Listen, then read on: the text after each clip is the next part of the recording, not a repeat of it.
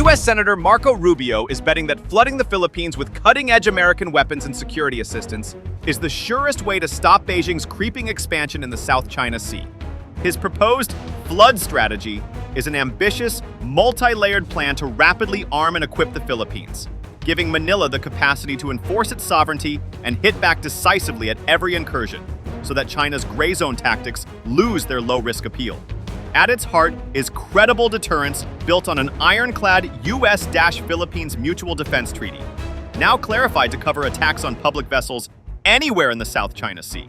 The strategy couples massive foreign military financing, $463 million delivered since 2015 and $500 million more approved, with direct Coast Guard support and Enhanced Defense Cooperation Agreement (EDCA) base upgrades, ensuring frontline outposts are hardened for any crisis.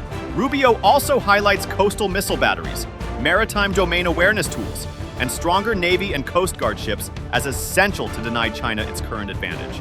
Yet Beijing's naval ambitions and aggressive salami slicing remain the core threat. China now fields over 350 battle force ships and has militarized artificial islands while testing uncrewed underwater vehicles.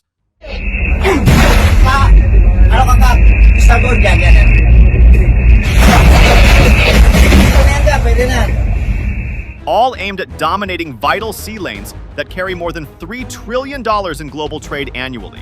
Repeated clashes at Scarborough and Second Thomas Shoals, including water cannon attacks and near collisions, illustrate the daily friction that Rubio wants to deter. The risks are real. China has condemned Rubio's plan as U.S. meddling, and every new ship or missile raises the chance of a miscalculation that could trigger the Mutual Defense Treaty.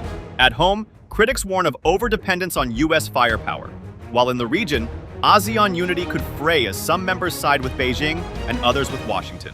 Still, Rubio's wager is clear. By sending advanced arms, deepening base access, and hardening Philippine defenses, he aims to make the cost of Chinese coercion too high to bear, proving that the U.S. commitment to its Philippine ally and to a rules-based maritime order is non-negotiable.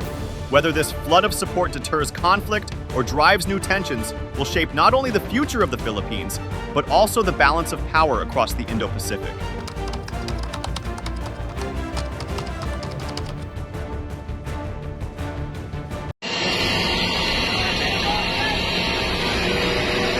China is executing a far-reaching maritime strategy designed to dominate the South China Sea and push its naval presence deep into the Pacific, challenging both regional neighbors and U.S. allies. At the core of this effort is the People's Liberation Army Navy, PLAN, which now fields over 350 battle force ships, compared to roughly 290 for the U.S. Navy, making it the largest naval fleet in the world. These include advanced destroyers, frigates, and submarines capable of long-range operations.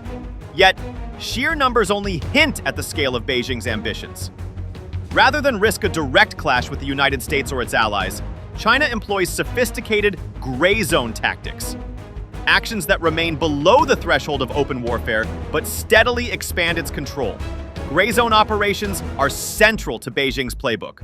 The China Coast Guard, CCG, and People's Armed Forces Maritime Militia, PAFMM, are the frontline tools for these operations.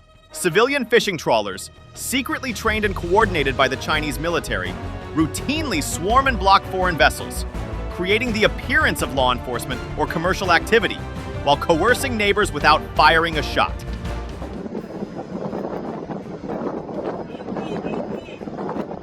In parallel, China has systematically fortified reefs and shoals across the Spratly and Paracel Islands. Features that once barely broke the surface, such as Fiery Cross, Subi, and Mischief reefs, are now man-made military outposts, complete with long runways for fighter jets, radar arrays, deep water ports, and advanced missile systems. These fortified outposts act as unsinkable aircraft carriers, enabling the PLAN to monitor and, if necessary, disrupt shipping across one of the world's most vital trade corridors. Cutting-edge technology amplifies this advantage. In 2025, China secretly tested 2 extra-large uncrewed underwater vehicles, UUVs, in the South China Sea. Autonomous platforms designed for intelligence gathering, mine laying, or tracking submarines. These trials point to a future where China can dominate not just the surface and air, but the undersea domain as well, complicating the ability of rival navies to operate safely and detect threats in contested waters. For the Philippines, these are not distant threats, but daily realities. The best-known flashpoint is Scarborough Shoal, Bajo de Masinloc, just 120 nautical miles from Luzon, and well within the Philippines' exclusive economic zone, EEZ. After a 2012 standoff, China established de facto control, blocking many Filipino fishermen from traditional grounds. Tensions have escalated sharply.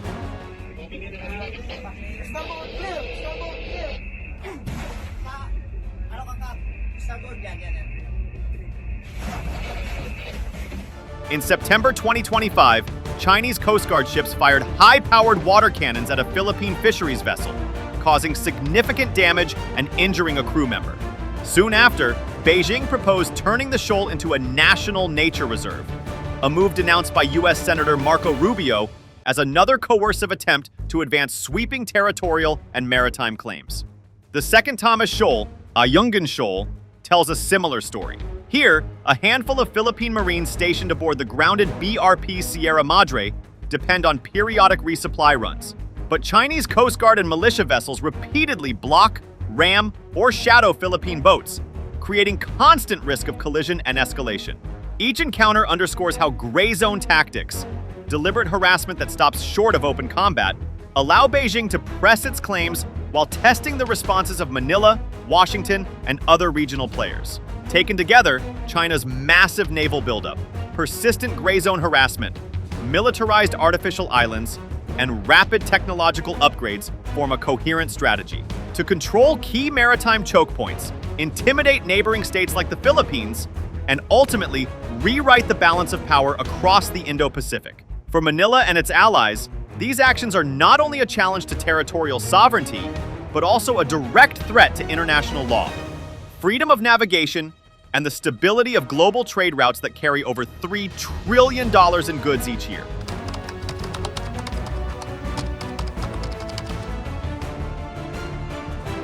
Senator Marco Rubio's proposed flood strategy is an ambitious, multi-layered plan to arm and equip the Philippines at unprecedented speed and scale.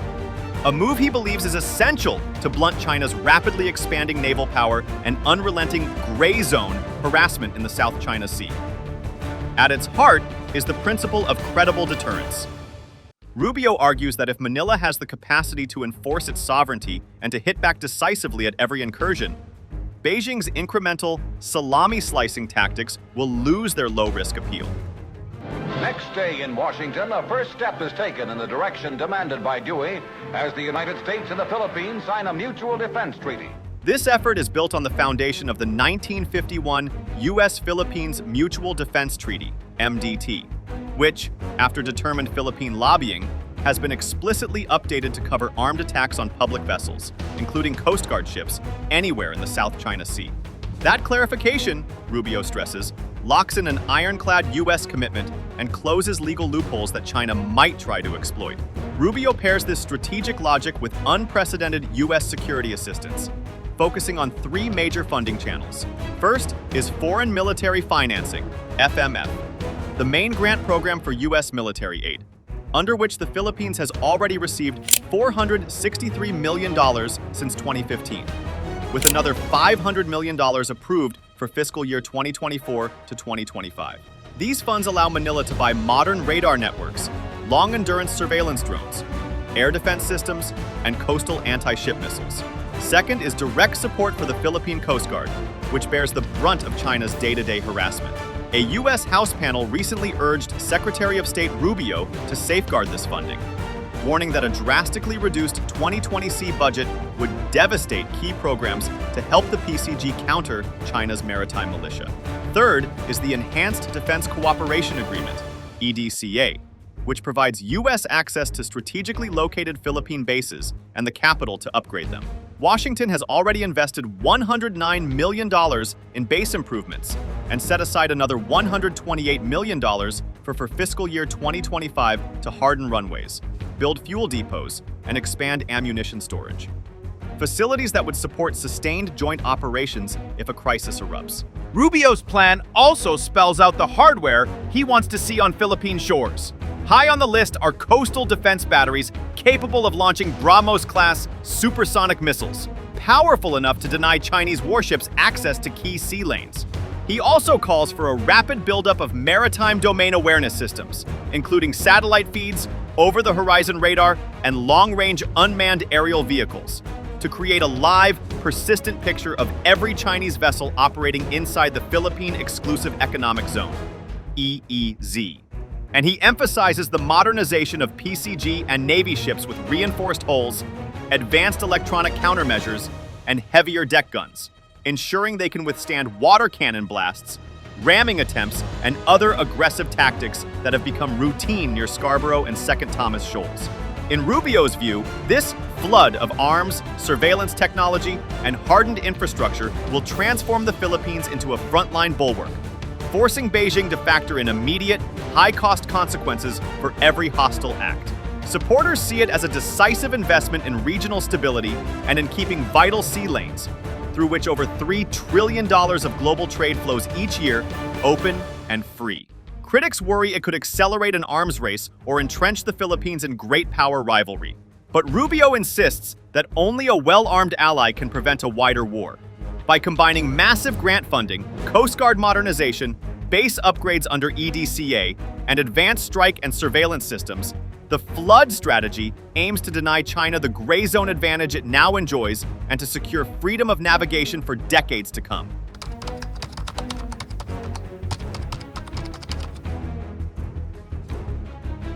The biggest concern is that China will counter an American arms surge with its own military buildup, increasing the risk of a dangerous standoff. Beijing has already condemned Rubio's proposal, with the Chinese Foreign Ministry accusing Washington of repeatedly meddling and bringing in other countries to sow discord, and fear Chinese state media have gone further, warning that a larger U.S. footprint in the Philippines will make the South China Sea even more volatile. The danger is not just rhetoric. The region has already seen near collisions and violent confrontations, such as the September 2025 water cannon attack that injured a Philippine fisheries crew member and repeated ramming incidents at Second Thomas Shoal. Security experts caution that adding more powerful weapons and ships to this already tense environment increases the chances of a fatal miscalculation.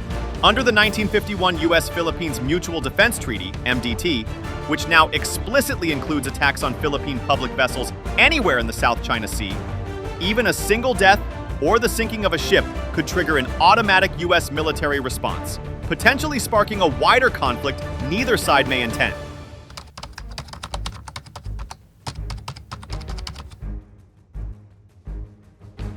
Inside the Philippines, questions of sovereignty and balance complicate enthusiasm for a massive U.S. arms buildup. While President Ferdinand Marcos Jr. has welcomed Washington's renewed commitment, critics warn that heavy dependence on American military aid could limit Manila's freedom to chart an independent foreign policy, especially in trade and investment with China, one of its largest markets. Opposition lawmakers and civil society groups have called for greater transparency and strict oversight of foreign defense agreements to ensure that U.S. military presence remains temporary and does not compromise democratic control of the armed forces. The strategy could also exacerbate divisions within the Association of Southeast Asian Nations, ASEAN, an organization that prizes unity and neutrality. Countries like Vietnam and Malaysia may quietly approve of a stronger Philippine deterrent, but others, such as Cambodia and Laos, fear that a more militarized South China Sea will disrupt their economic relationships with China and undermine ASEAN's ability to mediate disputes. Such fragmentation weakens one of the few regional mechanisms capable of cooling tensions and crafting collective security norms. In sum, while Rubio's flood strategy is meant to deter China and protect freedom of navigation, it raises the stakes of every maritime encounter and risks drawing the Philippines, the United States, and China closer to an unintended confrontation, while testing Manila's political independence and ASEAN's regional cohesion. The challenge for policymakers will be to balance stronger deterrence with careful diplomacy to prevent the very conflict they hope to avoid.